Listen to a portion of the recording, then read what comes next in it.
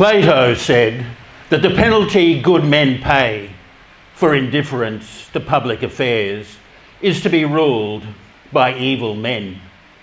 There is no doubt that we are ruled by evil men and evil women.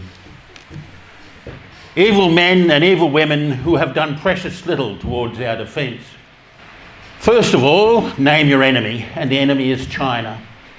The government's Strategic Defence Review they released early last year mentioned climate as a threat on page 5 and didn't mention China until page 9.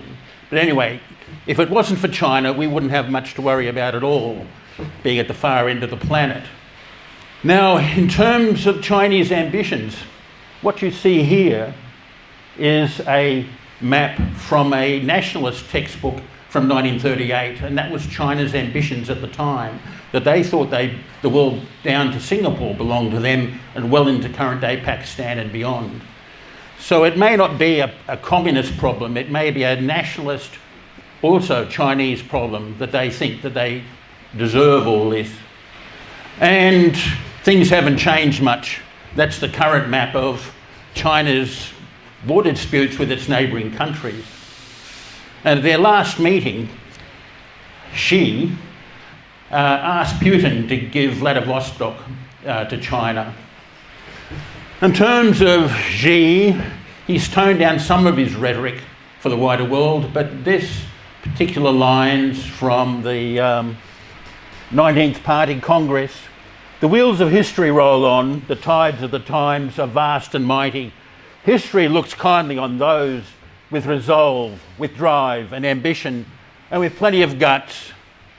It won't wait for the hesitant, the apathetic, or those shy of a challenge." Xi intends to get a lot of history written in other people's blood. He wants to go down in history as a new yellow emperor from nearly 5,000 years ago. He's also told the Chinese people to stop whining and to eat bitterness. Now, China's got a number of frailties and fragilities, which would make it strange that they would want to attack the rest of the world, but nevertheless they will. But one of their major ones is where their food comes from. And what the graph you see here is US exports of soybeans from 1964, also Brazilian exports of soybeans in the orange and the green respectively. And this black line is Chinese imports of soybeans. So basically China hoovers up most of the world's soybeans and turns it into chickens and pigs. If it wasn't for that, they wouldn't be have any meat in their diet. In fact, I read recently of Chinese coal miners in northern China from the 1990s. They only ate meat twice a year. This gives some detail of where the plant base of their diet comes from. So what you see is corn, wheat and rice in hundreds of millions of tonnes on the left, imported corn and imported soybeans, and proportion those things contribute to the total protein intake of China. Now, as you can see, 41% of total protein import is imported. That's why the war in Ukraine presented Xi with some particular difficulties, because he expected it to be over in a week or two. Things would be back to normal, people would trade with Russia. He didn't expect sanctions to go on for some time. But they did, and what will happen when China attacks is that there will be an embargo on food exports to China. Every ship will be stopped leaving and entering Chinese ports. Therefore, they'll run out of soybeans eventually. So he's formulated a plan to get around that, and it's based on 3 things. One is to go vegetarian for the duration of the war. Second is to up their grain production by 50 million tonnes per annum. And thirdly, he's done a deal with Putin whereby they can import a lot of grain across the Trans-Siberian Railway into China. And my guess, by looking at what's available in terms of railway carriages and the like, is about 50 million tonne per annum can come across like that. So China will be able to get through this difficult period. But what they've done in China, they've hired 80,000 rural inspectors to go around ripping up orchards, bamboo groves, anything that can be pulled up and repurposed to growing grain.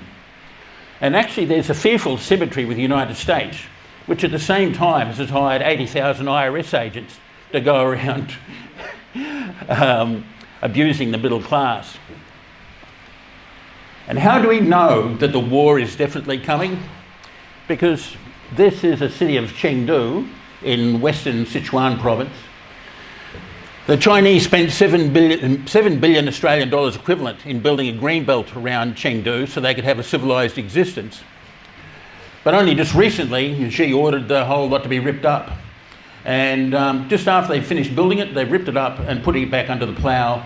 And my guess is that 40,000 hectares will grow 250,000 tonnes of grain per annum at the average Chinese rate of 6 metric tonnes per hectare. But that definitely tells us it's not bluff, there's a war coming. Now there's another problem with China in that there's a hell of a lot of structural poverty in the place. And one in particular is that there are 425 million agricultural workers in China who only feed themselves and 2 other people on average. There are 300 million people on the coastal provinces that make stuff to trade with the rest of the world.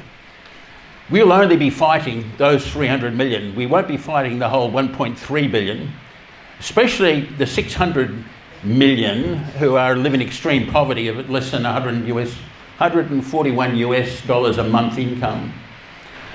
There's another problem with China that's coming on them really fast in that they've just about burned through half their coal endowment they started with, about 130 billion tonnes, and they've got about 130 billion tonnes left to dig up.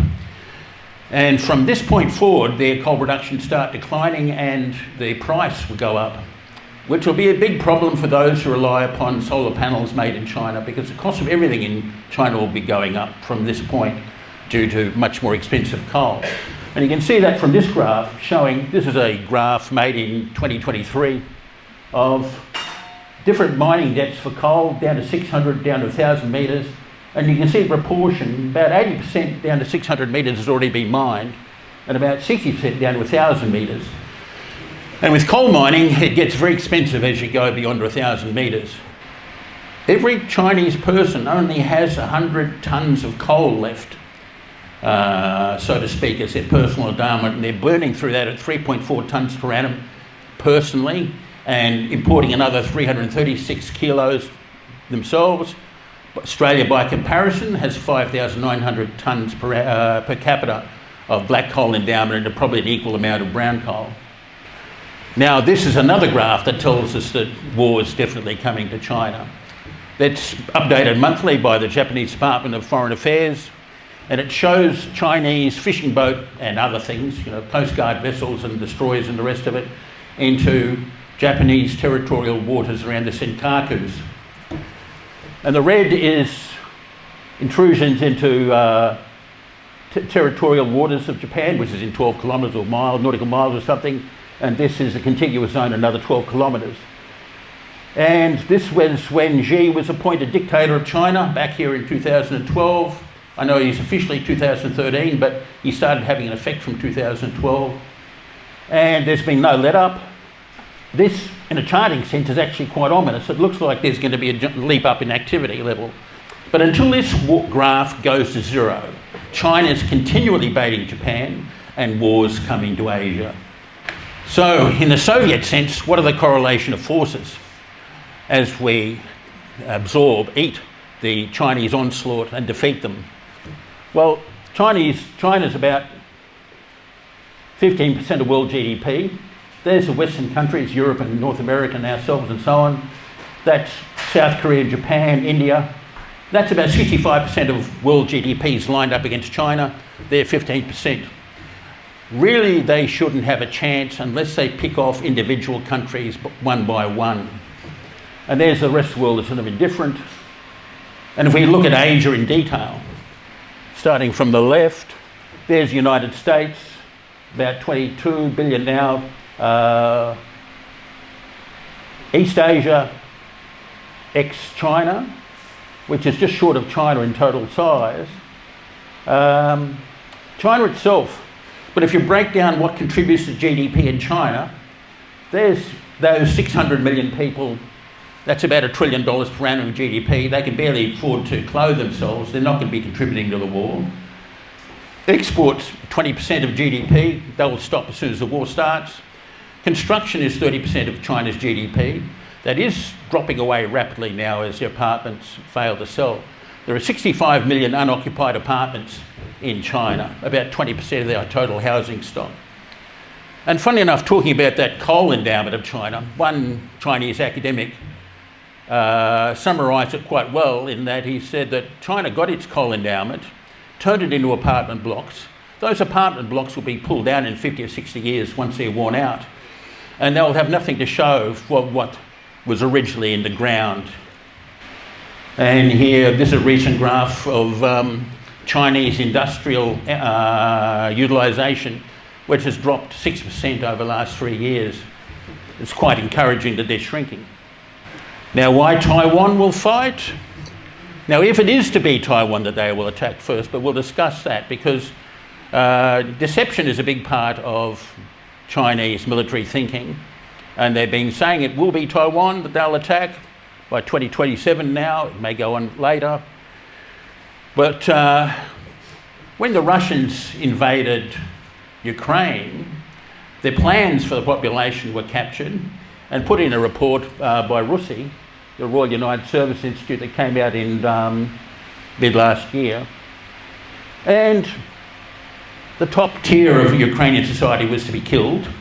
Everybody else was to go into concentration camps and be re-educated. And the same will be true of Taiwan, but they'll get an extra punishment. They'll have probably half an hour to an hour a day of studying Xi Jinping thought, which will be an absolute torture. So a life that won't be worth living. Now, another thing to bear in mind about Taiwan, and it's quite important, is that they have 2 monsoon seasons. So I put that down at the bottom of this graphic. We're coming up to the end of April now, and they've got 3 months of a weather window. They miss a couple of months, and then there's the month of October. But other than that, there's a strong danger that a fleet would be interdicted by a typhoon. Actually, the next couple of months are quite dangerous. If the Chinese economy keeps contracting, then he may launch an invasion at short notice. He doesn't care whether it works or not. But there's another opportunity. See, the invasion of Taiwan is binary. It either works or it doesn't work, and he ends up with control of the island. But the alternative is to attack Vietnam, and that comes with a particular activity, which is to be able to get control of the South China Sea properly. So China's been attacking Vietnam since 116 BC. The last attack was in 1979, and everybody thinks it was over in 3 weeks. They lost 30,000 troops and then retreated back over the border. But China kept shelling with artillery Vietnam till 1991. Deng Xiaoping has a reputation as some sort of reformer, but he actually wanted to rotate troops up to the border and give them a taste of combat. And that was the whole purpose of that. Now, they don't seem to have laid much concrete for an invasion of Taiwan. If you look at the islands across the Taiwan Strait along the Chinese mainland, you don't see much concrete at all. Not a helipad laid or anything that would make their job easier. They have laid a lot of concrete for an invasion of Vietnam. And this is a base, it's an army base. Opposite, across the road from a previous base, this is an army base. We know it's an army base because all military bases in China have a running track associated with it so that they can spare their time running around in circles. And building of this thing started about 1916. They all had a red roofs originally, but they've been so long that the last 8 years, most of the paint's come off these roofs, and this has been built out an extension. But the purpose of this structure is to drive up tanks and artillery and the rest of it, park it under cover in those long sheds. These are barracks for the troops. So these people can be moved up overnight, possibly not detected by satellites, and they would get the invasion force just across the border. This is only 10 kilometres north of the Vietnamese border. And they've also been building artillery pads along the border. So these are roads that go up just to the edge of the border with Vietnam, and they're laying concrete and be able to put their artillery up against the border to support the invasion. They're doing other things. There's a SAM site currently under construction. It's only 20 kilometres from the border with Vietnam. And we can look at it in detail here. These SAM sites have a circular ring of launches, and they have a central ramp on which you can run up the radar. And we can tell it's a military installation, of course, because there's the running track under construction. This is the invasion routes from 1979. They'll use the same ones again, mainly because of geography. I believe with current day weapons, the Chinese will be chewed up very badly by anti-tank guided missiles from 5 to 8 kilometres away. It won't be the pure artillery duel it was back in 1979. But Chinese strategy is to launch a surprise attack and call it a defensive preemptive strike. Now, what they'll be after is these islands, bases in the South China Sea. There are actually 47 Vietnamese bases on 27 islands and reefs, which nobody is really aware of. These are the Malaysian bases here. These are Filipino bases. These are all the Vietnamese ones with the big yellow star, and that's some Chinese ones who were built since about 1914, mostly in the middle. That's Palawan Island, and Vietnam's over there, Borneo. They've set themselves up in a difficult situation militarily, in that the South China Sea is going to turn into a big kill box for the Chinese forces. They're 1,000 kilometres from Hainan Island, which is just about the range of a fighter. You can go before it has to turn around and go back to base. They've got 3 10,000-foot airfields now in the middle of this cluster here. Those are the names of the Chinese bases. Actually, the airfield ones are Subi Reef here, Fiery Cross Reef here, and Mischief Reef here. It's about 600 or 700 kilometres to Vietnam, 300 kilometres to Palawan. You can whack those Chinese bases because they sit basically at sea level. They're known in great detail. It's very difficult to hide.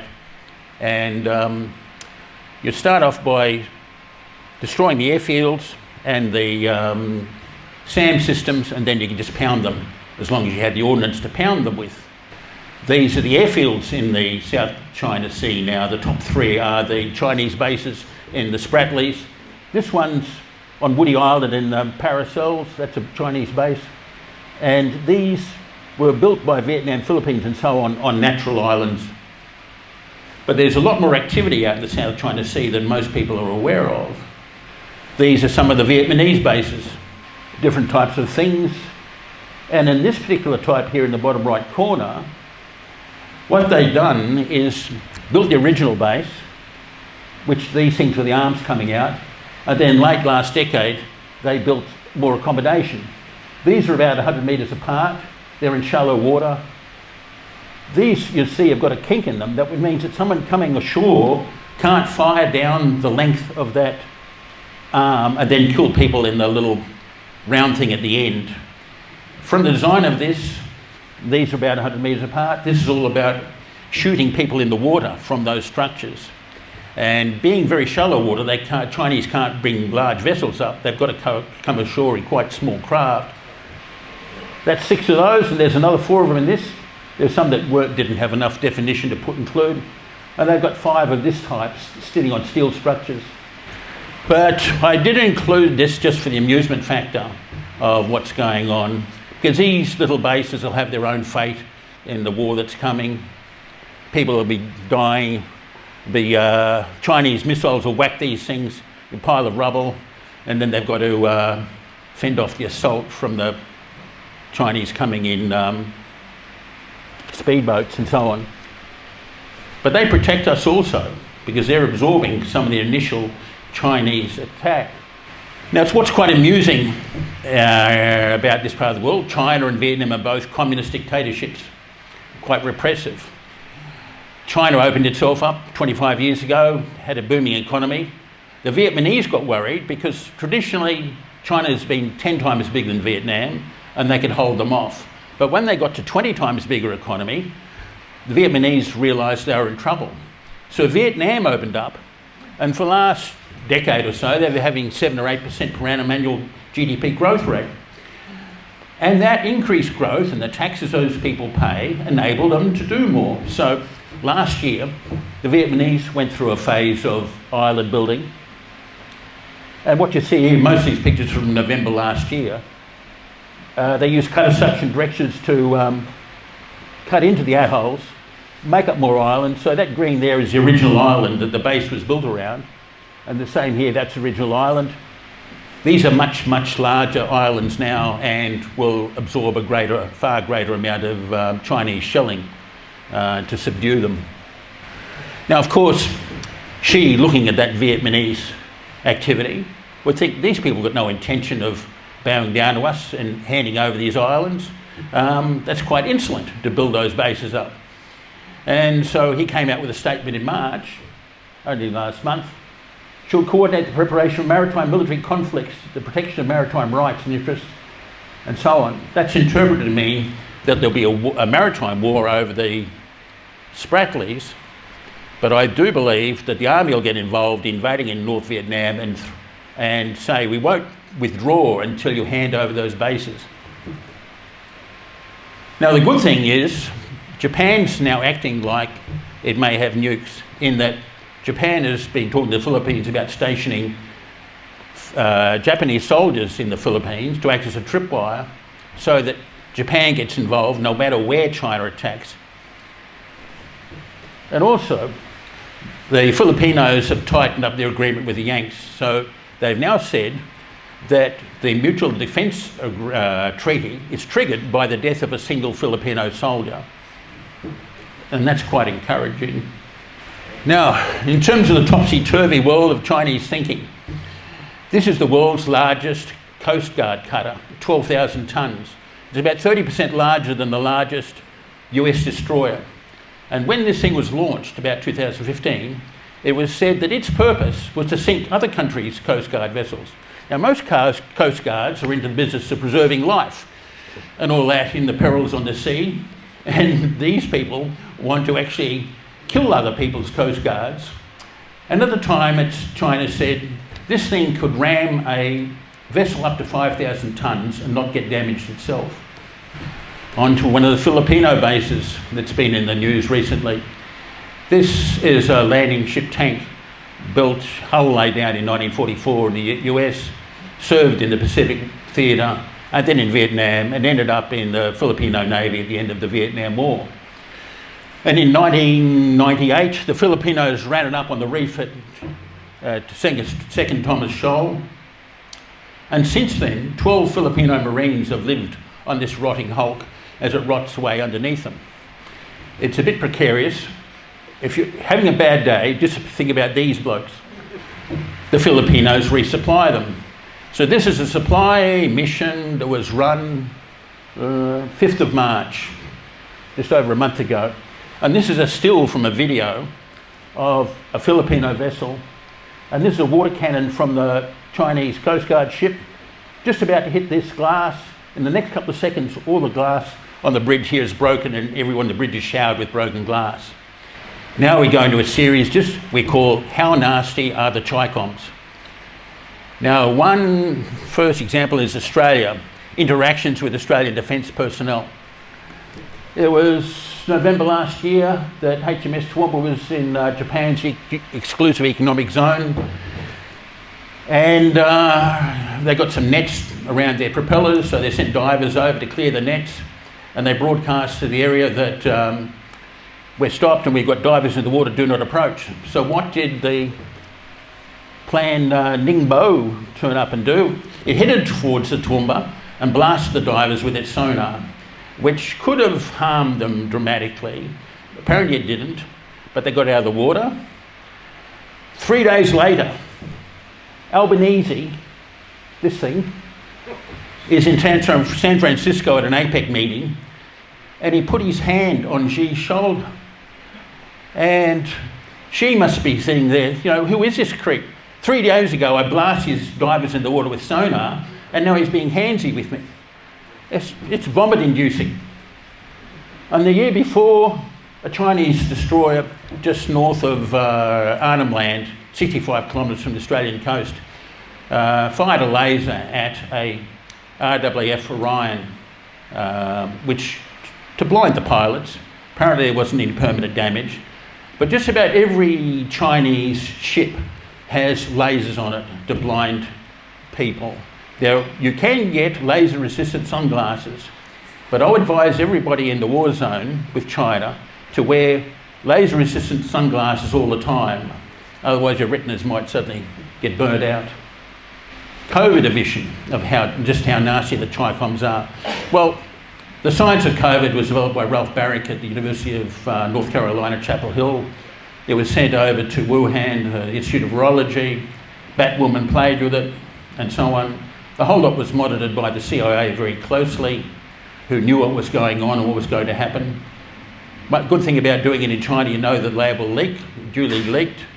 And she decided to lock down Wuhan within China. No one from Wuhan could go to the rest of China, but kept flights going out to Milan. He just wanted to infect the rest of the world, keep China free of the virus, and then when the rest of the world was depopulated, just walk into unoccupied continents. That blew up on him in that COVID is very infectious. It started coming back into the country. People can be long-term carriers and reinfect others. And eventually, when the provincial governments who were paying for the whole anti-COVID measures ran out of money, he flipped to let it rip. 3 million elderly Chinese promptly died. But China's got a long-term problem, as you all do. In northern China, the average vitamin D level in summer is 13 nanograms per mil. Anything under 30 is a deficiency. And actually you don't get a good vitamin D level till 50 nanograms per mil. They live at summer at 13 and winter it drops to 9. This makes their immune systems particularly weak. They also living in apartments isn't good. If the plumbing's not designed correctly in the airflow, you continually get reinfected from other people in the building. And to show you how that works, I've included the Ohio cryptic lineage. This is one bloke who's been tracked by wastewater sewage analysis, who lives in Columbus, Ohio. He works in the town of Washington Courthouse, and he commutes there, but he's shedding 1 trillion COVID virions a day from his epithelial lining. And there may be a few of those. It only takes a few. You'll continually get reinfected no matter what else the community does if your plumbing's not set up correctly. Just how nasty are the Chi-Coms? Johnson South Reef edition. So back in 1988, some Vietnamese soldiers were standing, 76 of them, standing on Johnson South Reef. 2 PLA Navy ships turned up and machine gunned them all to death. 76 dead straight up. They were unarmed. And the Chi-Coms were very proud of this, so they posted on the internet. And that's a Vietnamese artistic version of what went on. That's a memorial to the fallen. And this is what's happened since. This is Johnson South Reef, satellite photo. That's 4.3 kilometres long. And what they did is they get a cutter suction dredge in, cut through the lagoon, pile all that sand up into an island, and that's about 400 metres across. This is a photo taken during construction in 2015. What's quite interesting is flat towers make a return after 70 years. See these on the corners, and one there.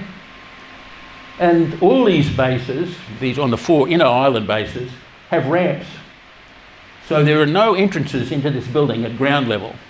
You can only come up this ramp, go through that gatehouse, and then get into the thing. This is another Chinese base, a more recent photo. That's the structure, the sort of guard things, firing positions on the corners. And what you see here is a close-in weapon system with a control radar. And there's another one on the opposite corner of the island. There's another island, this is Gaven Reef. And once again you see that this has got 4 flat towers on the corners. There's the ramp you go up to. And this is only 15 kilometres from a Vietnamese base. So they'll be able to have an artillery duel. Then there are the bigger islands where they've got a whole atoll, covered the whole thing with coral, ground up. That's a 10,000 foot runway on Mischief Reef. These are shelters for fighter aircraft to take off at short notice, and so on. That's the harbour entrance at Fiery Cross Reef. That's the northern end of the runway over there. This is all dredged up. That wasn't a natural channel. And this is Mischief Reef. There's an awful lot of building being built on these things. And that harbour at Mischief Reef is 8 kilometres long. They're actually quite enormous. And this is Fiery Cross Reef. There's a hell lot of accommodation built. That's an AWACS, Chinese AWACS plane built. Hangars. That's the runway at the back. Most of these islands are deserted at the moment. There's nobody, you don't see any vehicles, you don't see any people. It'd be quite expensive to keep people out there permanently, but when they staff them up, you know that war's coming. Just how nasty the Chi-Coms, organ harvesting. China's got the shortest waiting period to get an organ. It's down to a couple of weeks. You don't have to wait for somebody to die. And there's a development called extracorporeal membrane oxygenation, which allows them to harvest up to 4 organs from an individual. And what they do is they give political prisoners a suspended death sentence, and then when they've found a buyer for his organs, they'll carry out the death sentence and make a profit out of the whole process. So this is an Australian citizen who went back to China, was given a death sentence, suspended death sentence. Trouble is, he's quite healthy looking individual. They'll probably get a lung out of him, heart, liver, and both kidneys. Israel is the only country in the world to ban organ tourism. Now, if there's anybody who buys Chinese stuff, you're supporting this barbaric practice. The blood of innocents is on your hands. Their blood stains your soul. May God have mercy on you. Just how nasty are the Chinese comms? The 14 demands edition. Back in 2020, the Chinese embassy gave 4 lefty news outlets a list of 14 demands of the Australian government, Australian people. It doesn't matter what they are in detail, they're all a bit nonsense, but historic analogy was the 21 demands that Japan made of China back in 1915. The Japan treated the Chinese with contempt. The Chinese at the time were very corrupt, couldn't really build anything. The Chinese were actually upset that Japanese could build railways in China while China couldn't, because they were just too corrupt to do so and complete them. But then Japan invaded China 60 years later. Just how nasty are the Chi-Coms? Bhutan, supposedly the world's happiest kingdom. Not when you're being invaded by the Chi-Coms, it's not. This is a photograph of a village China's built 30 kilometres within Bhutan. Now Bhutan's a Himalayan kingdom, eastern Nepal, the southern edge of the Himalayas, just north of India. The only people who can help them are the Indians. The Indians are flat out, they're with no defence treaty. The Chinese just walk into Bhutan and carve out chunks of it. They're quite nasty people. How nasty are the Chi-Coms? India edition. A couple of years ago was at 2020. Both India and China have got a lot of troops up along the border because the Chinese try to keep encroaching on Indian territory. And at one stage, China thought, we'll ambush the Indians with a more powerful force and kill a few of them and drive them off. And everyone along the border is unarmed. Otherwise, they'd be shooting each other all the time. So what the Chinese did was they got some star pickets.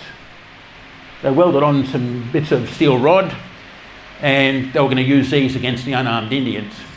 Well, they did attack. They actually killed the brigadier in charge of the Indian force, which only made the Indians more angry. Indians pulled the clubs off the Chinese and then chased them back to the Indian camp. And the true number of Chinese dead may be the order of 100. They officially accounted for 4. And what's quite interesting is, as a countermeasure, the Indians decided to adopt tridents based on Hindu mythology. That's the trident of Shiva. So what we should do, what the Allied forces should do, as soon as the war starts, sink every Chinese ship in the Indian and Pacific Oceans. It's a big job, but it can be done if we plan for it and allocate the resources to it. Also, whack those Chinese bases in the Spratlys and take them over and divide them up amongst the belligerents on the side of the Allies, of course. Also, we should have a peace conference now, because there'll be a war, there will be peace. Might as well have the peace conference now and say, how is China going to be carved up after the war's over? That'll give them something to think about. And that's what it looks like in detail. Those are the Chinese bases with their names, with the red star. The US and others are going to probably operate from Palawan and Bugsuck. There's a couple of islands at the southern end here that are going to make it a lot easier. They're all within the 500 kilometre range of the new PRISM missile that came out late last year. So you could fire PRISM missiles from Palawan and basically take out the air defence systems on those islands and at runways. Aircraft wouldn't be able to take off, wouldn't be able to land. Anybody airborne at the time would have to fly back to China, and then you'd defeat them in detail. But there is a potential for a stab in the back from the Democrats if they're still running the US at the time this war starts. And the indication of that is that back in 2014, now let's go back, 1960s. At some particular time in the 1960s, the US sent 320 kilos of weapons-grade plutonium to Japan for experimental purposes. And you probably would have made 40 or 50 kiloton devices with that amount of plutonium, which would be enough to discourage the Chinese to some extent. But the Chinese were aware of that. They lobbied Obama. And bear in mind, a great chunk of the US administration has been on the payroll of the Chinese from time to time as individuals. And that plutonium was sent back to the United States. This was in 2021. Video came out of China saying, if Japan gets involved in the defence of Taiwan, we're going to nuke Japan every day until there's unconditional surrender. And that's trying to scare them off by virtue of the fact that Japan's now talking about putting tripwire forces in the Philippines, suggests that Japan may have its nuclear weapons deficiency sorted. And what are the US Marines doing about China?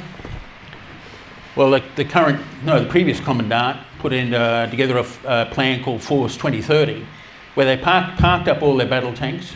They've said the US Marines is support the US Navy, and will support the US Navy by sinking Chinese ships coming towards US bases in the Western Pacific, which is a good overall concept plan, but difficult to execute in that there are two island chains. You sit in the first island chain, you get whacked at short range by missiles from the mainland. If you're in the second island chain, like Guam or Tinian or the like, then the Chinese forces have come too far already. And what they're using, at least one of them, is Joint Strike Missile, where it's only got a range of 200 kilometres if ground launched, 500 kilometres if air launched. It's 4 metre long missile. But if the Chinese are within 200 kilometres, that's too close. Now let's have a side look at Ukraine for a moment and the spiritual battle in Ukraine. So on the left here you see a Ukrainian Orthodox priest blessing a HIMARS launcher, and on the right you see a Russian Orthodox priest blessing a Scooby-Doo van on its way to battle against the Ukrainians, which begs the question of the spiritual battle with China. In such matters we, of course, consult the Bible. And the Bible says, Revelations 12:3, and there appeared another wonder in heaven, and behold, a great red dragon, having 7 heads and 10 horns and 7 crowns upon his heads. So what has 7 heads? The great red dragon is obviously China, but what has 7 heads? It's the standing committee of the Politburo of the Chinese Communist Party. And in 2009, the number of members of that committee was reduced from 9 to 7, no doubt to properly align with biblical prophecy. What happens after that? Well, Revelations tells us in 12:12, 12:9, and the great red dragon was cast out. So China is defeated, God is on our side, our path is righteous, but God helps those who help themselves, and we do need to make an effort. But in terms of what's happening spiritually within China, they're feeling a bit of a vacuum. So the Global Times recently noticed that in 2023, there was a 300% increase in 20 to 30-year-old Chinese visiting temples, trying to connect with something.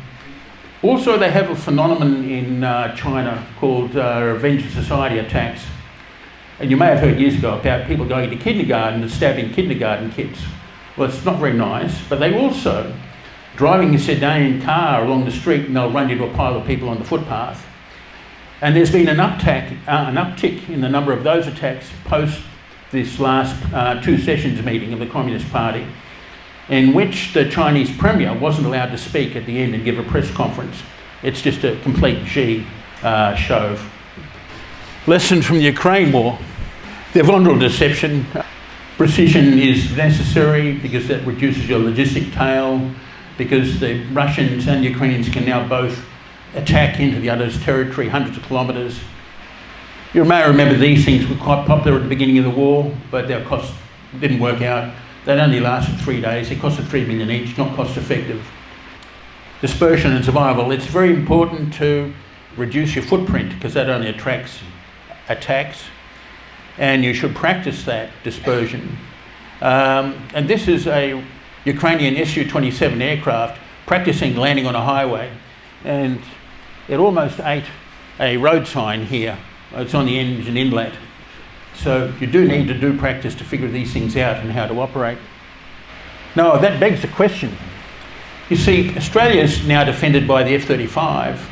There are 2 bases set up for the F-35, Williamstown just north of Sydney and Tyndall, 300 kilometres south of Darwin. The F-35 can only operate from Tyndall in the northern place. So we've only got one runway to defend the country from with those aircraft. It's absolutely idiotic, as shown by the experience of everybody's wars these days. Same with this, in terms of fuel consumption. As a tank, we've opted for 75 M1A2 Abrams tanks, which has a gas turbine engine, which has twice the fuel consumption of the German Leopard 2. So the M1 Abrams has a 1,000 litre tank, the Leopard 2 has a 500 litre tank. They can go the same distance, but there's an enormous logistic tail behind the M1 Abrams, which any enemy can pick off, and then the tank becomes immobilised. That's actually an American fuel tanker, because the Ukrainians have been very good about operational security. You won't find a photo of a Ukrainian fuel tanker on the net easily, I'm told.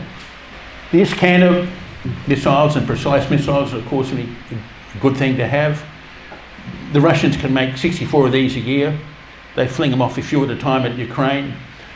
What's interesting here is the cost per kilo of $650 US a kilo to build those things. And then there's a more traditional cruise missile. But these things are being shot down at a great rate by the Ukrainians. They seem to knock them all down. This is quite a promising development, which is a KH-101 cruise missile with a range of 5,000 kilometres. And you can see it's got some stealth shaping around here. This is a Tu-95 prop jet thing. It can carry 8 of them, so it can carry 20 tonnes of these missiles. But 5,000 kilometre range means that an aircraft flying over Darwin can hit Shanghai with one of these things, assuming it got through the defence system. That also is very promising because that means that we can sink Chinese ships in port if we want to, if we have long enough range missiles. Any Chinese fleet heading south can get whacked every hour of the day with these things if we have enough of them. And if we ask the Ukrainians nicely, they might give us a shot down one so we can reverse engineer it. That's a penetration aid from an Iskander missile, so that it releases those on re-entry and its radar return blooms out and makes it harder to shoot down. But the Patriot system is out thinking these things. And after the Patriot system was installed in Kiev, the Russians decided to whack it straight up. So they had a coordinated attack about 3 a.m. in the morning on the 4th of May last year, and they had 18 missiles arriving within a 2-minute period. Kinzels, things travelling at Mach 3, calibers which are 400 or 500 kilometres an hour. Iskander is also coming in at Mach 3, and an S400 also at Mach 3, but all got shot down within a 2-minute period. But on the previous day, there was also another very good shoot down from a Patriot battery. This is the Bryansk Patriot ambush of 13th of May last year. Patriot battery's got a range of 160 kilometres. It was somewhere in northeastern Ukraine, and that's the locations of two Mi-8 helicopters. They're EW helicopters, electronic warfare helicopters, which were trying to help an Su-35 and an Su-34 penetrate into Ukraine and bomb something, and they all got shot down. Quite encouraging. And this being the 21st century, photos of 8 of the 11 were on the internet the following day, and as you can see, they're quite young. This bloke's still got his puppy fat. He's sent into battle on an electronic helicopter. But the Russians even then were stripping their academies of all the students, giving them commissions so they can send them into battle. So the Russian defence complex is being stripped out of any retained expertise. That's another penetration aid, an American concept that introduced in the 1990s, which is a little cruise missile, no warhead, but it puts out a radar return that mimics a larger aircraft, like an F-15 or a Super Hornet or something, to make the enemy waste a missile shooting it down. But it does cost 300 grand. It's quite expensive. In the air-to-air war, Ukrainians were outmatched in numbers and technically. This is an Su-35, one of their best, pre the Su-57, their best fighter, about 25% larger than the Su-27s. And it fires this missile. And a surprisingly good performance from the MiG-31, which first flew in 1975, goes up to 70,000 feet, and it fires this missile now, the R-37, 600 kilos with a range of 400 kilometres against a non-manoeuvring target. But the longest shoot down from one of these MiG-31s is 177 kilometres in this current Ukraine war. It's quite an achievement. And this thing deserves respect also. This is a Podlet K1 radar of the S400. And you can see it erect there. And this is how those panels are folded around the truck so they can move very rapidly. These things are made to move within 5 minutes of being used. This thing has been able to interdict aircraft flying at 15 feet above the ground, about as high as this roof, from 150 kilometres away. A stupendous technical achievement, actually. In terms of what the Ukrainians use, they mainly use the Buk 11, SA-11, the Buk system, and also the S-300. And just 2 days ago, the longest range shoot down of the Ukraine war happened when one of these, the S-200, was fired at a Tu-22M and hit at 308 kilometres from the launcher. And the plane flew on another couple hundred kilometres before it crashed. But that's quite remarkable. That thing was designed in 1964 and went into service in 1967. Don't throw your old weapons out. Actually, another lesson from the Ukraine war is that ground support aircraft, ground attack aircraft get shot down too readily. Same with helicopters. That's a Russian helicopter being shot down. And that's why the Russians more recently, beginning of the year, switched to Su-34s dropping glide bombs, and they can drop them from about 50 kilometres from the target. The Shaheeds, which have been a big story, unit cost probably about 50 grand US.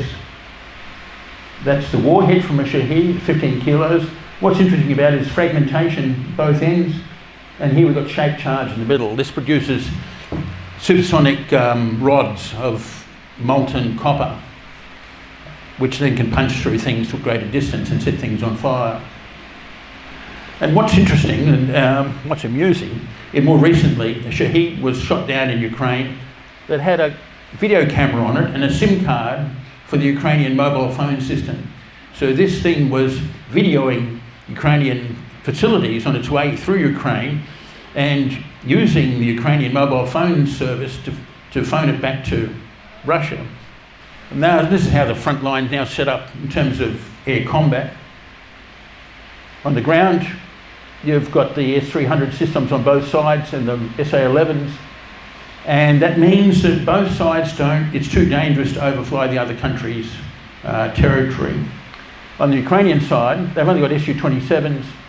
They have to, because of the ability of the Russian to see well into Ukrainian territory, they have to sneak up to the border at very low level and then fire uphill at the Russians, which are tens of thousands of feet above them, and thus the missile loses a lot of range in that process.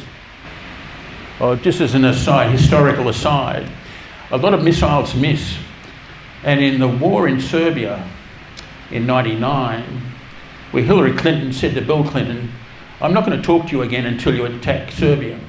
So we had a war, a lot of missiles were fired off, most of them missed. Back in the NATO fired 815 SAMs, and they only had the Serbs fired 815 SAMs against NATO, they only had a 0.36% success rate. And virtually the same number of missiles fired by NATO against SAM sites with the same sort of miserable success rate. So what happened to the Russians? They had about 600 battalion tactical groups, which is like a battalion-sized body, which is a combined arms tactical group, but they were short on infantry. So the Ukrainians shot them up, and they got chewed up. Eventually they went to having 4 types of infantry, which is disposable, line, assault, and specialised. And Ukrainian radio operators have heard the Russian specialists, the front line, saying, "Send up the sheep," referring to the newly conscripted troops who are going to be sent up to the front line, chewed up by the Ukrainian machine guns, so that the other Russians can find out where the Ukrainian positions are. There's a bloke out on the net who tabulates the losses of both sides every day and publishes it online. And he publishes a vertical list, which is quite long. So I've turned that on its side here. And so that's the Russian losses, Ukrainian losses. But I divided up so you can see it more readily. There are 12 tanks. This is on the 13th of April. It's a week ago or something. 12 tanks, 32 infantry fighting vehicles, armoured personnel carriers, trucks and civilian, and similar to the Ukrainian losses. As long as the Ukrainians are losing less than half what the Russians are losing, the Russians will run out first and Ukraine will win. The importance of barrels. The Russians had a lot of stuff left over from the Soviet period. A Russian barrel will last about 2,500 shells. The Western ones might last 4,000 shells, and then the barrel blows. The Russians can only make 200 barrels per annum. They're making 3 million artillery shells per annum, but once they've run out of barrels and settled down to a steady state, they'll only be able to fire 500,000 shells per annum if they don't increase their barrel production rate. Now, there is a lesson for Australia in that there was a steel company in Newcastle that was shut down recently due to the effect of net zero and increasing its costs. Now, what the newspapers told you was this place made railway wheels. So Australia used to make railway wheels for all our railways and here in the Pilbara and so on, and we now have to import them from China. So that's made them stronger and us weaker, but that steel mill also made electroslag refined cold mill rolls, better than the Japanese ones, which would equally serve as billets for making artillery barrels. To make an artillery barrel, you get a circular length of steel, and you put a mandrel in it, force it in the red hot steel, and then force it around it until you come out the other end and you've got yourself a barrel. We've lost the ability to make artillery barrels due to the stupidity of net zero. Yes, the importance of barrels. So this illustrates what happened in an artillery park in Omsk, which is somewhere up in Siberia, in the middle of Siberia. And in May 2023, there were 1,300 towed howitzers in the artillery park. And last year, in May, they were all gone. Now, the good thing about Russia's attack on Ukraine is that there'll be no second front in the war with China, because everybody was afraid. The US military doctrine had, we have to be able to fight a two-front war. Now, then they haven't been spending enough on armaments, so they now think, well, we can only take on China, and what if the Russians attack? Well, the Russians have taken themselves out of the equation by destroying their own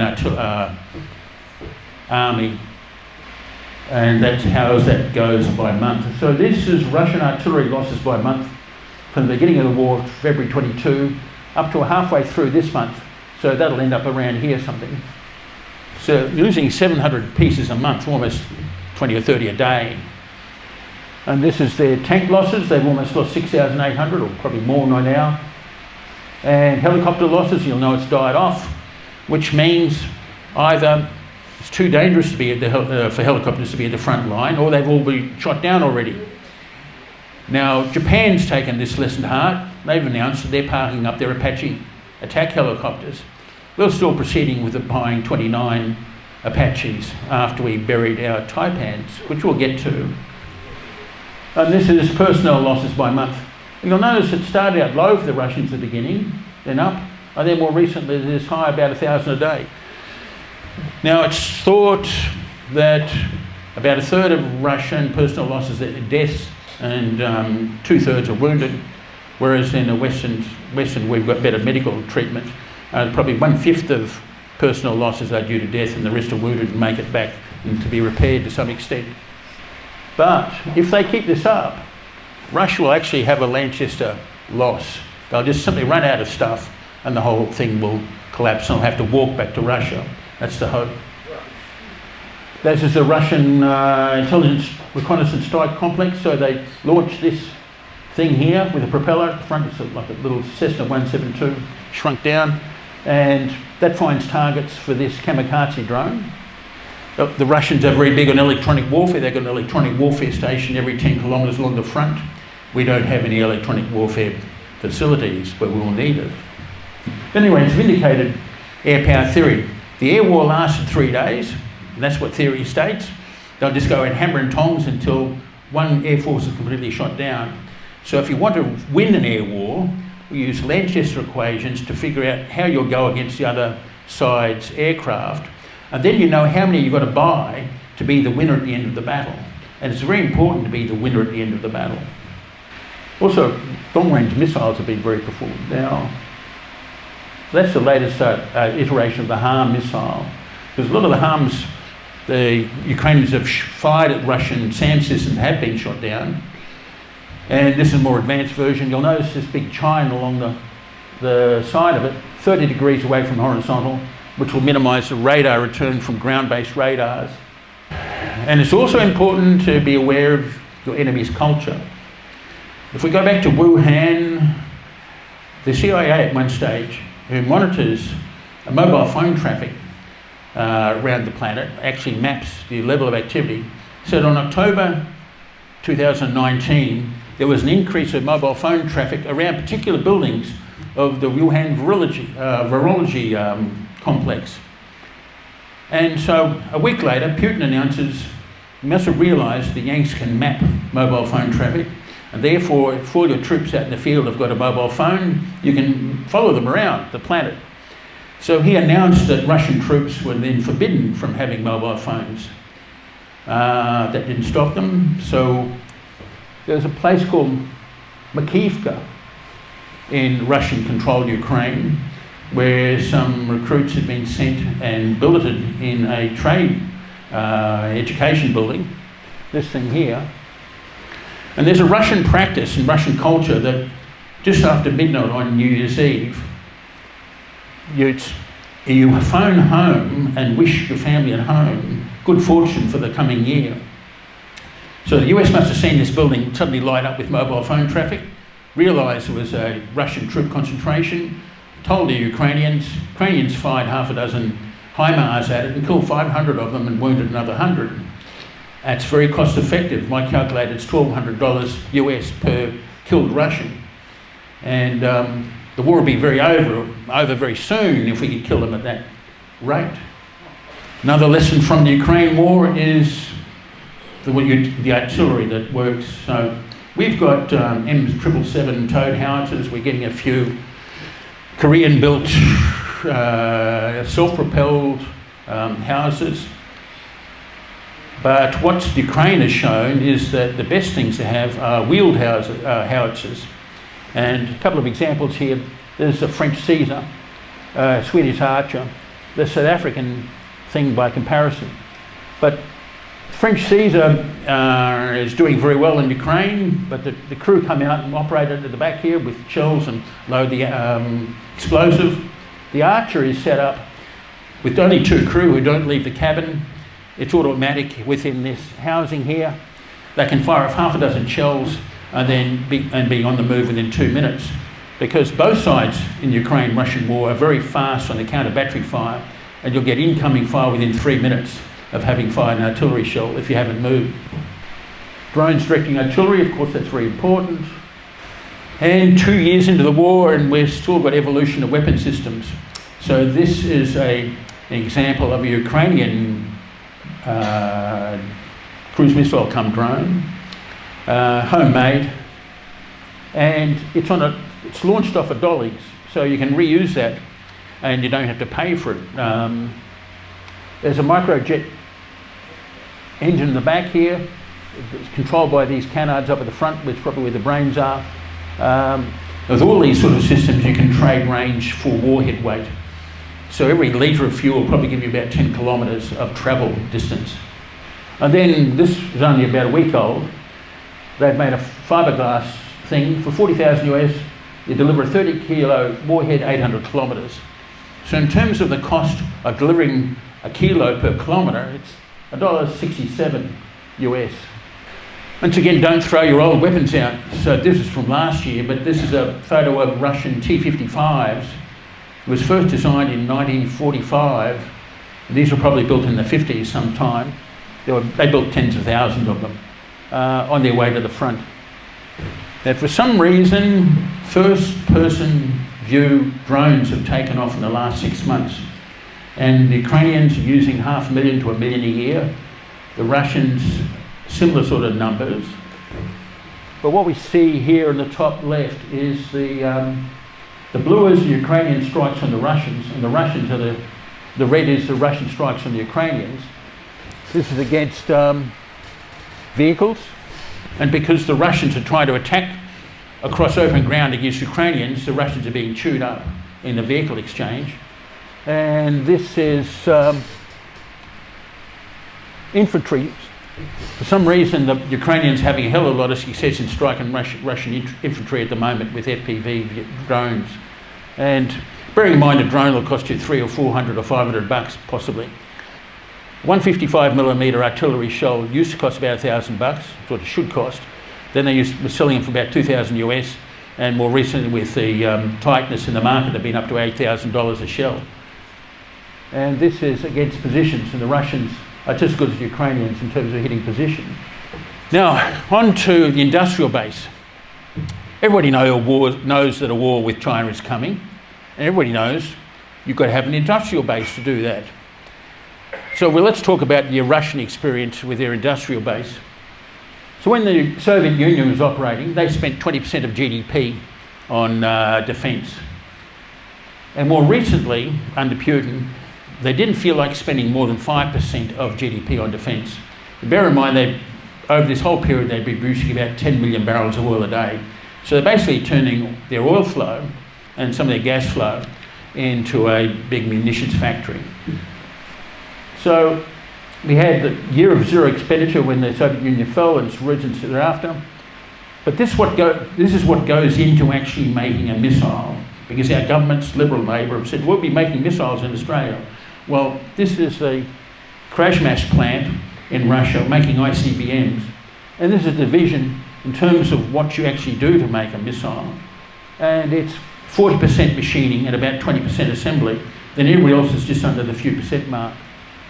If you want to buy computer-controlled numerical machine tools, you'll be largely buying them from Germany and Japan. Taiwan produced quite a few, and so has South Korea. You'll notice that US is a big manufacturing base still, and same with UK, but they hardly make any themselves. So for some reason, the Germans and the Japanese have got the mentality to make CNC machine tools. And this is what's happened to the Russians since the war started. Traditionally, the Russians didn't buy Chinese stuff because it wasn't the same quality as the Japanese and German stuff, but being sanctioned, their imports of CNC machine tools are up fivefold since the beginning of the war. So they've had to install an industrial base when they didn't expect to. Oh, but there's an interesting thing. There's one Australian company, virtually unknown, called ANCA, based out of Melbourne, that has sold machine tools into the Russian defence system. So if I was to build an industrial base in Australia, I'd ask them, I'd go and ask ANCA, how does the whole thing work and what do we need to do? And amongst the different types of machine tools, this is some Russian commentary. It's basically Siemens do the best job in terms of the combination of the interpretation of the plans of the thing they're building, the materials, and the labour. And they've done the best job, and Siemens would be important to talk to as well. A big important thing out of this is that we don't need an experienced labour force to start making missiles and things, because what the Russians have found, traditionally under the old system, where there were no CNC machine tools in Russia, you apprenticed yourself to a particular metal worker, and over a decade or more, you learned how to interpret the plans and put things together. With CNC machine tools, you can get semi-skilled people off the street, and soon, they're as long as they follow, all they have to do is put the metal into the machine, it comes out again. We don't actually, the problem of not having industrial base, that will be over very soon. Another lesson from Ukraine war is build plenty of decoys, because they do soak up enemy ordnance. So this is a US Sentinel radar system, except when the Russians captured it, they found it was made of plywood. And this is the latest iteration of the Russians on the drone problem. So you can see a tank, the barrel sticking out here. This is probably a T-72 or something. But they've given up on situational awareness, and they'd rather not be attacked by drones. In terms of tanks, to put it into context, back in the 1960s, the M113 here, there's an armoured personnel carrier, weighs 13 tonnes. Australia, with then a population of 12 million people, bought 813 of them. Years pass, and the M113 is a bit of a rattler. The troops didn't like it. It could stop machine gun bullets, shells, but not much more than that. Anyway, 2004, we set out to replace the M113, and we were going to buy 1,100 armoured personnel carriers or infantry fighting vehicles, and we've now got a population of then 24 million, now 27 million. But under Defence Review, that's been cut to 129. And we're getting 129, these redbacks. Korean design, quite good apparently. It weighs the same as the current main latest Russian battle tank, the Armata, 42 tonnes. We're getting 404 odd boxes, probably because that contract was signed before Defence Review. They're being made in a Brisbane suburb. Otherwise, they would cut that contract too. We've got virtually nothing. But by comparison, so this is the famous tank of the Russians of the Second World War, the T-34. It weighed 28 tonnes. And the Russians have basically kept their weight growth under control at around the 40-tonne level. The latest US tank is now just about 70 tonnes, same with the Leopard 2 of the Germans. The Koreans are coming in around 65 tonnes for the Black Thunder. They're all probably very similar tanks. So Ukraine's a big weapons lab. So the Houthis were able to fire ballistic missiles at ships that hit moving ships at sea, which means they have got a radar seeker. We don't have ballistic missiles with radar seekers yet.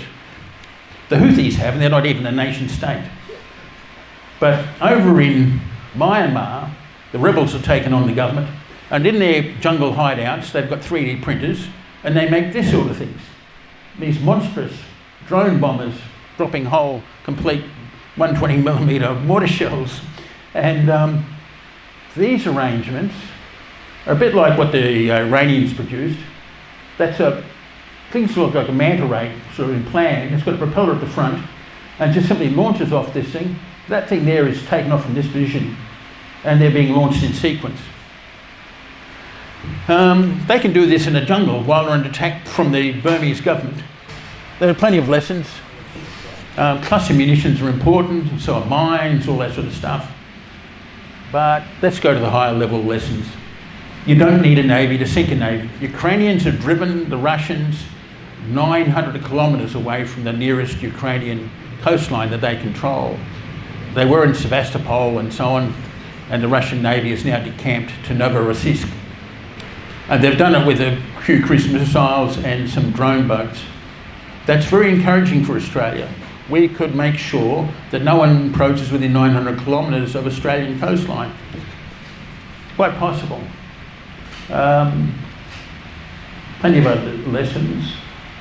Another lesson is that Western countries are run by the deranged. So this is John Kerry.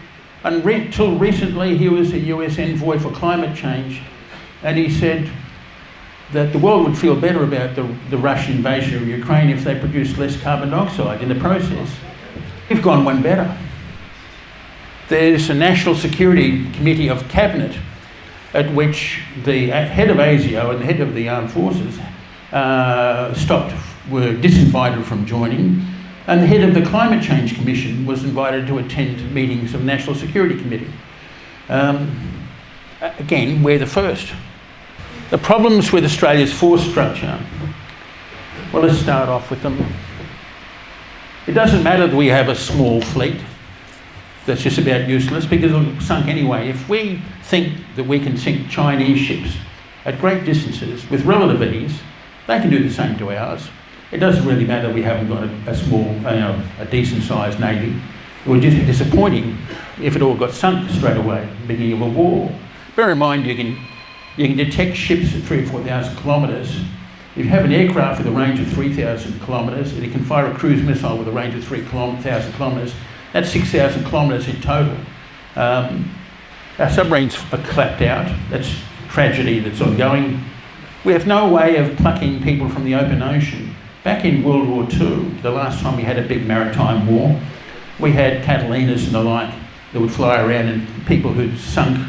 Now we can have pilots who spend $6 million or $10 million training, and they'll sit in the ocean for a few days before they die because we've got no way of actually physically getting out there and plucking them from where they've landed. Now, the Army before the Defence Strategic Review was a minuscule 3 combined arms brigades, and thanks to that review it's then shrunk to 1. So Australia is protected by about 3,000 troops in a combined arms brigade. We don't have any other manoeuvre units. That would last 3 days for the Russian losses. It's absolutely idiotic and minuscule and all that sort of stuff. We're getting some missiles, but they're short-range things, HIMARS at 180, 120 kilometres or something. We have contributed 54 million US to the PRISM missile development with a 500 kilometre range. Hopefully we can make those under that arrangement. No mines and no drones. The Air Force, we don't actually have any real fighter aircraft. We've only got light bombers. Things were designed from the get-go to be light bombers. The Super Hornet for the US Navy and the F-35 was actually a US Air Force project simply to bomb Russian and Chinese SAM sites. And oh yes, Indonesia can shoot down our Air Force 3 times over now with what they're getting. Well, we need lots of cruise missiles and the ability to fire them. As I said, the whole of the world's oceans now are like the Mediterranean World War II. It wasn't you go out to sea and find sanctuary somewhere from land-based aircraft. Anywhere in the Mediterranean you could be attacked at any moment by someone taking off from a land base. And that's now true of the whole West Pacific.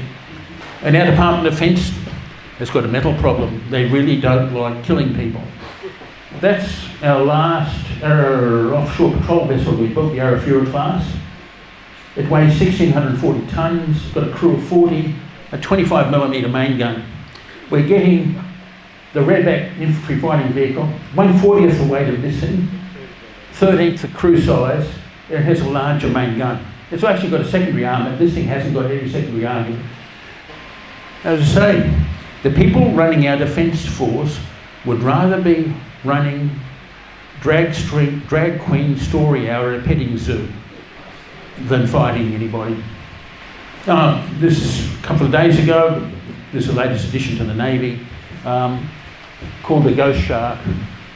And it's reasonably large, but it actually might end up being useful, the way submarine warfare works, because underwater you can hear things from thousands of kilometres away, and you can triangulate on something from a two of these, and then a P-8 Poseidon could come and deliver a Mark 54 torpedo directly over the target. If this thing was trying to fire torpedoes at something that had stumbled across it, it would make it far more complicated and expensive and everything. It's probably actually a decent weapon. And luck would have it, there's a company in Darwin that has decided to start making Grumman Albatross, which is a successor to the Catalina of World War II, but this has got turboprops. Now no one's ordered this thing yet. Some entrepreneur has decided to build them, but we need at least 50 of these to pluck people from the ocean, to be able to go up to beaches on remote islands and so on, deliver people and take them off, which we don't have at the moment. The submarines. There was some corruption involved in the original purchase of the Collins class. Admiral in charge of the, he wasn't an admiral until he got retired and he got promoted, but he overscored the Swedish offering against the German one. Everybody expected the Germans to win the competition, and the Swedes were only put in there to keep the Germans honest. But the Admiral got it, and then Saab offered him a job after he retired, and there was a bit of an outcry, so he had to resign from that. But anyway, we ended up with the Collins class. And the Swedes put in, as the engine of this thing, a 12-cylinder version of an 8-cylinder fire truck diesel engine. It wasn't even a marine diesel. And it was the worst diesel ever put in a marine vessel, according to one review from marine surveyors. After 20 years, or is it 30 years now? After 30 years, those engines, head and Roma, engines are being taken out and being replaced by MTU diesels. Well, we should drop them anyway. We should simply go back to getting the Japanese Tiger class. The way the Japanese operate is that most navies, like our navies, which traditionally with the Collins, we expected to buy the submarine, then do 2 refits 10 years apart, have a total life of 30 years. The Japanese philosophy says there's too much technological change over 30 years, so we'll only operate them for 20 years. We'll have a refit at 10 years, and then we'll retire them at 20 years, and then have the new class will come in. So Abbott was going to get the Suryu class about 2016, and unfortunately no contract was signed by the time Turnbull rolled in. Turnbull went out of his way to destroy anything that Abbott's legacy might have had that was positive. So he went for vaporware from the French, an absolutely idiotic idea of converting a nuclear submarine to a diesel one, which means that everything have to be redesigned.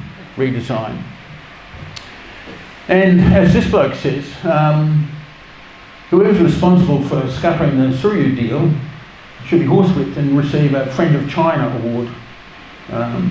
And that, of course, was Turnbull. Anyway, as soon as they announced the fact that they were redesigning a French nuclear sub to be diesel, every man and his dog said, that's idiotic. That will only end in tears, and so it did. And now we're going for more vaporware.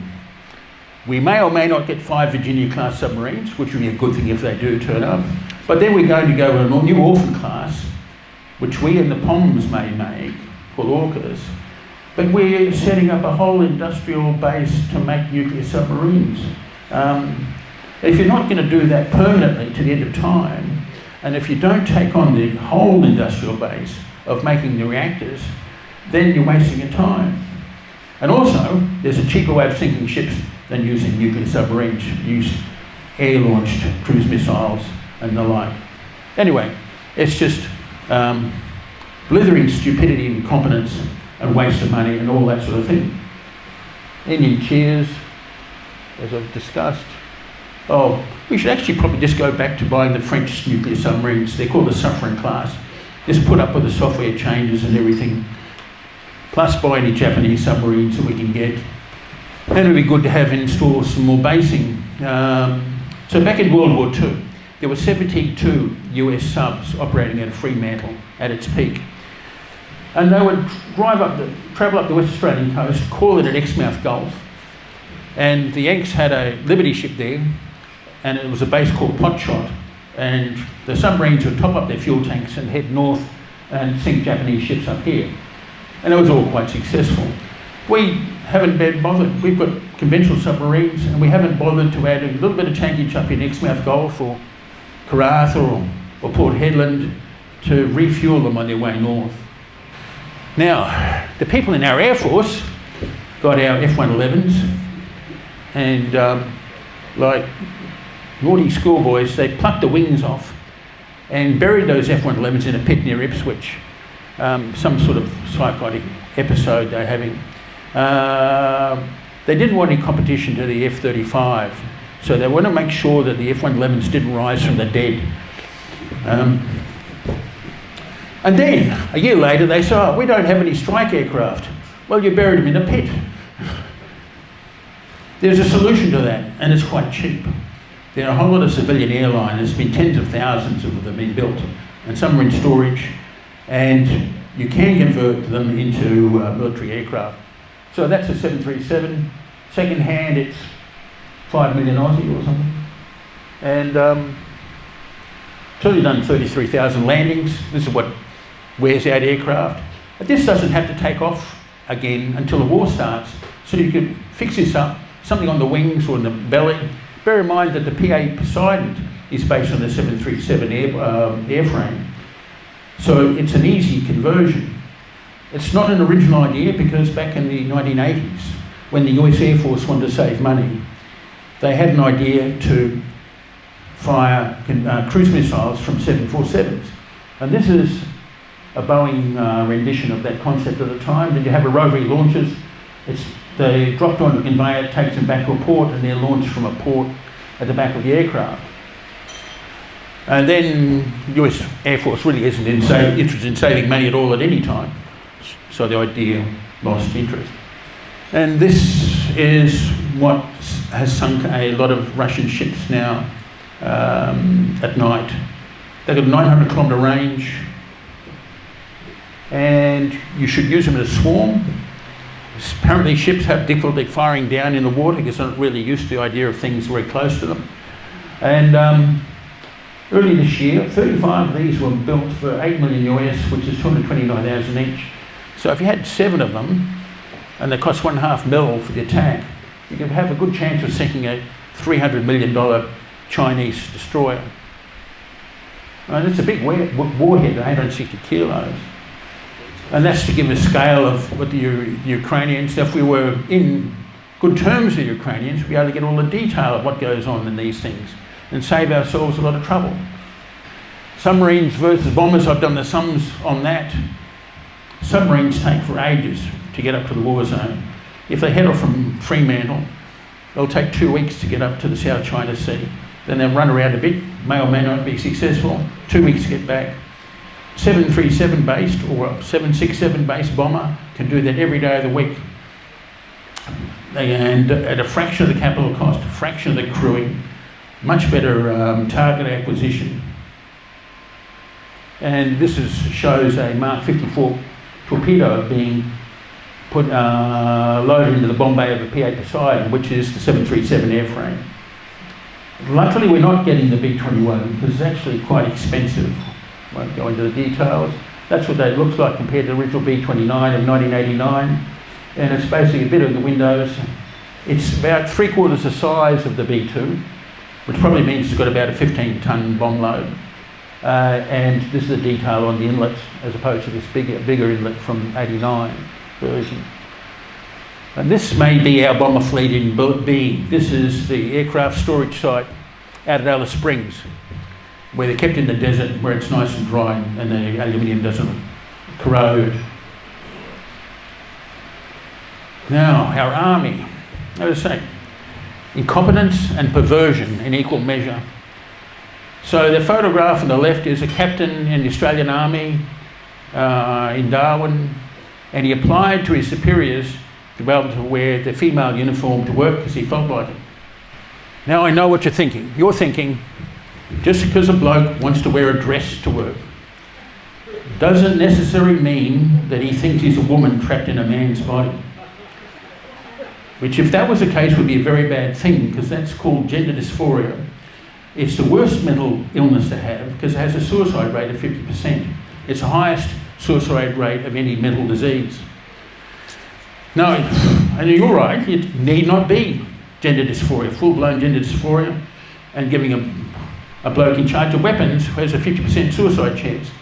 I looked up on the net, and there are other diseases that's possible. So there's another one here called transvestic fetishism, where you simply get it off sexually by wearing the other sex's clothing. Either way, it's not a good look, and anybody trusting the superiors in the Australian Defence Force with the defence of this country, your trust is misplaced, because the rot goes right through to the top to allow this sort of thing to happen. And the Australian Defence Force is now down 4,500 off their recruiting requirements, and people have started leaving because they didn't join the army to salute a bloke in a dress, as they say. And it gets worse. The Brereton Report. When the Brereton Report came out 2 years ago, I think, whatever it was, I read the whole thing on the day it came out, 456 pages. A lot of it was padding, because Brereton tried to give it a lot of gravitas by discussing things that in the past and calling them war crimes. But there's a quote out of the Brereton Report, which nobody lit upon, but it's there, and it's page 120. Clearance operations. Dr. Krompovitz was told that squirters were dealt with, special forces being cordoned off the whole village, taking men and boys to guests, and where they tipping on the window, they'll only be tied up and tortured by special forces, sometimes for days. When the special forces, the men and boys will be found dead, shot in the head, or blindfolded and with throats cut, slit. The implication from that passage is that there's a whole lot of villages in Afghanistan where Australian Special Forces operated, where there are no men and boys. There's only women and girls left because we killed them all the men and boys. But the Brereton Report didn't mention the name of any single such village. None have been found since. This made it into the report, and it was swallowed hook, line and sinker by Angus Campbell and everybody running the Defence Force at the time, and all our politicians. Morrison rang up the Afghani president and asked for forgiveness for these war crimes. No village was ever found. But this also means, the worst part of it is, it also means the people who run our Australian Defence Force have got no idea what it's like to be on the ground, what their troops are like. To think that their own troops would carry out these war crimes. They've got no understanding of business of war itself. And Brereton himself was frustrated. He was given a blank cheque by Campbell to do his things, so he took upon it some time. He ended up paying Afghans to tell him stories, and the Afghans figured out what sort of stories they got paid for. The fantasy fiction of Dr. Krompovitz. It's only a small literary niche. Australian High Command's need for lurid stories about how beastly Australian Special Forces are. But it pays quite well. According to Dutton, when he was Defence Minister, Dr. Krompovitz was paid $6 million over a few years to tell these stories, bedtime stories for Angus Campbell and so on.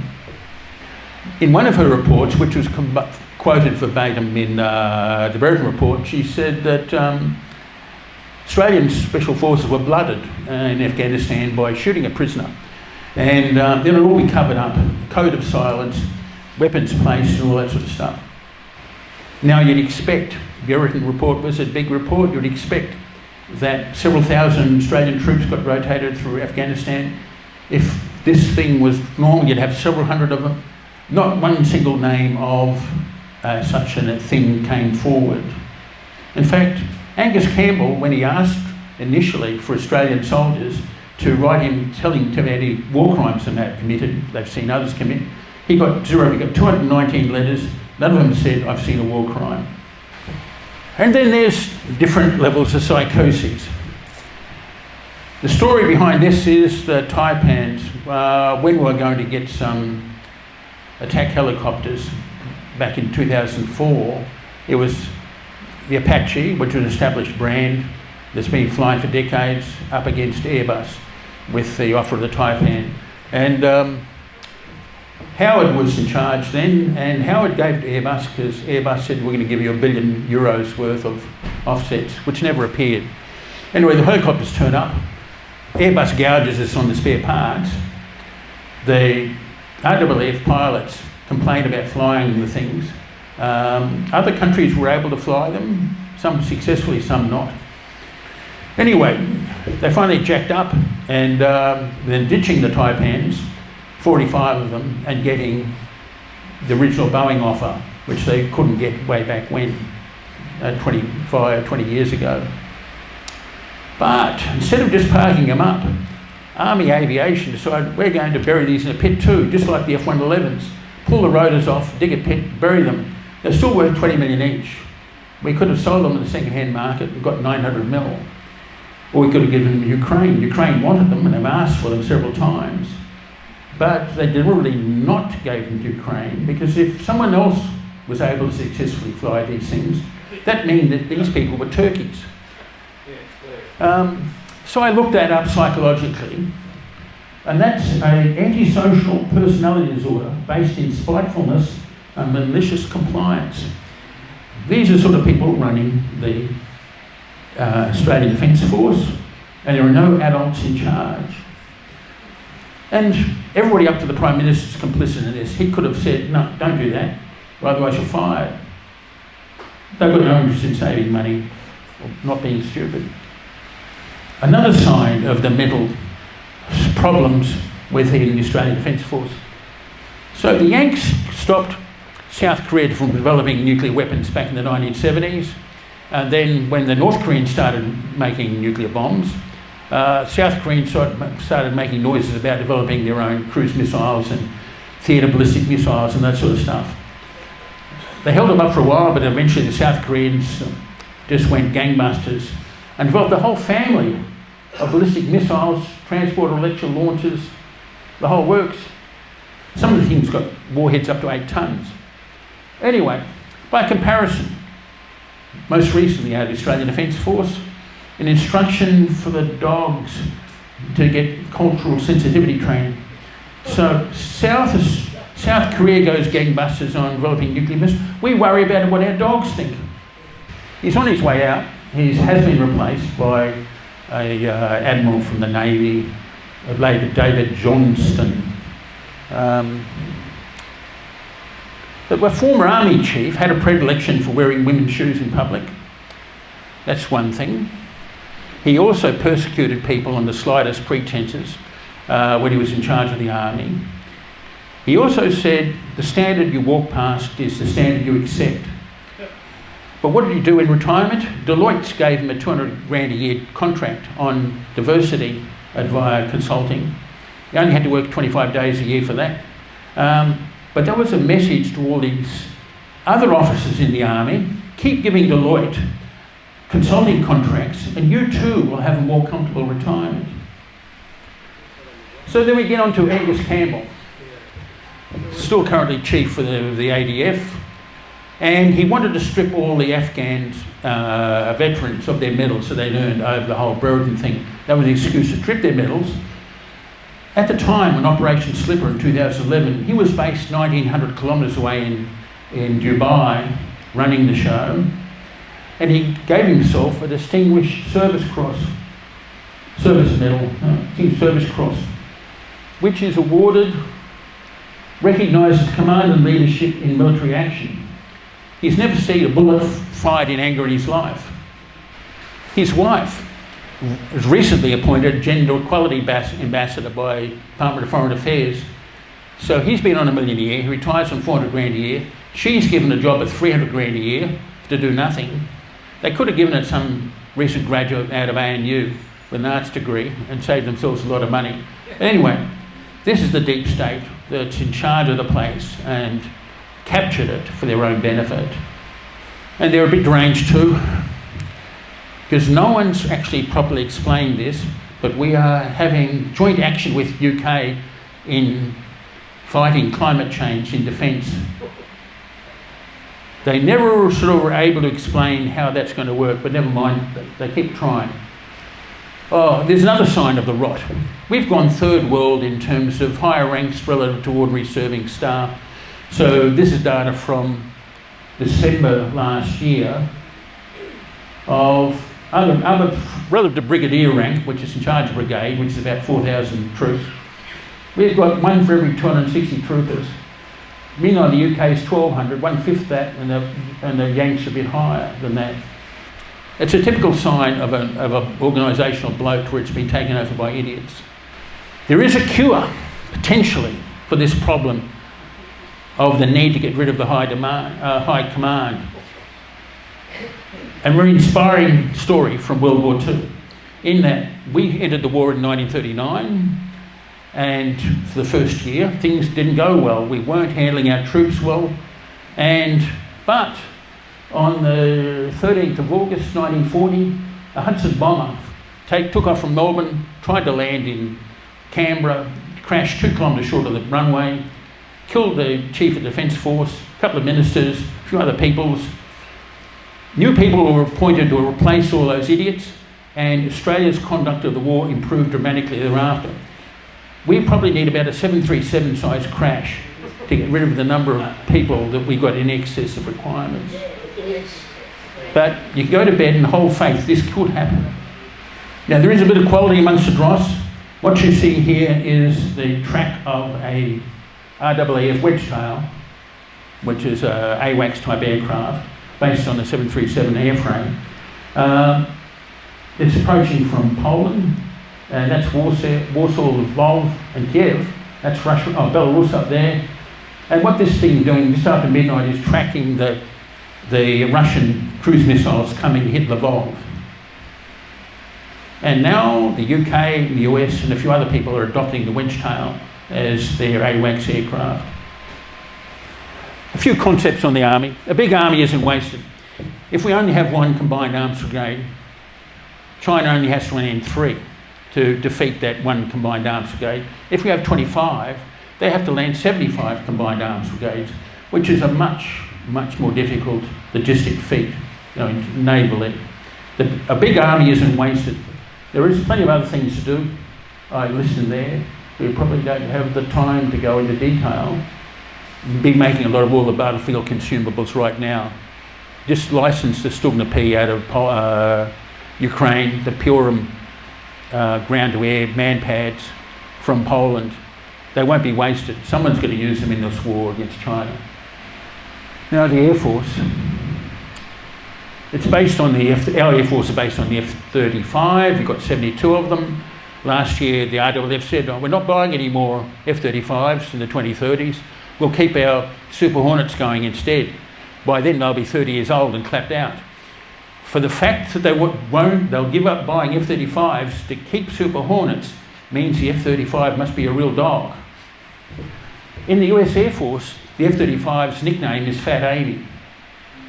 And that tells you what the pilots think of the thing, which means it's a fat well-wing thing, which is mostly harmless. Indonesia's buying 42 Rafales and 24 F-15EX, both of which are far better aircraft than the F-35, can probably shoot it down the rate of 3 or 4 F-35s to 1 Rafale lost. Now, this is how you go about building an air force if you're interested in doing it cost efficiently. First of all, if you had $1 billion, say, US, of these particular aircraft, you'd be able to buy this many of each of them. So you'd buy 14 Gripens or something. F-22s about a few years ago, the F-22 was 205 million US a copy. The Indians are paying 130 million US for their Rafales to the French. and so on. And then the next thing to consider is the daily sorties you'll get per $1 million. So the F-35 and the F-22 probably take off every second day. And the Gripen can probably take off in 15 minutes in turnaround time, whereas everybody else is a minimum of an hour turnaround time. There's how many sorties a day. You'll get 80 sorties a day out of the Gripen for your $1 billion US.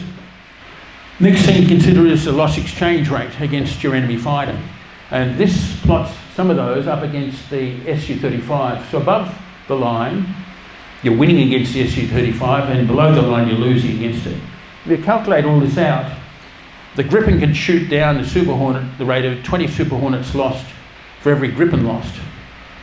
And then if you multiply all those things together, and you look at the cost efficiency, $1 spent on the Gripen is worth 21 times the $1 spent on the F-35. The F-35's got a runway problem. There are a lot of runways in Australia. Jandakot supposedly the busiest airport in the Southern Hemisphere. These are all the runways that can take the Fokker Friendship, which can take the Gripen, same landing difference, versus there are only 25 airfields in Australia that can take the F-35. Only 5 of those are in northern Australia. Only one of them's got the dedicated air conditioning and electrical setup to service the F-35, and that's Tyndall. Anybody who's talking about using the F-35 expeditionary, that is to fly to somewhere in Indonesia or somewhere else to do something else, it's just talking complete nonsense. The F-35 has got a big heat problem. When we're flying below 20,000 feet, the F-35 has to open its bomb bay doors every 3 minutes to let the heat out. That's because its innards are packed tighter than a head of cabbage. Right, gentlemen, ladies, thank you very much for attention.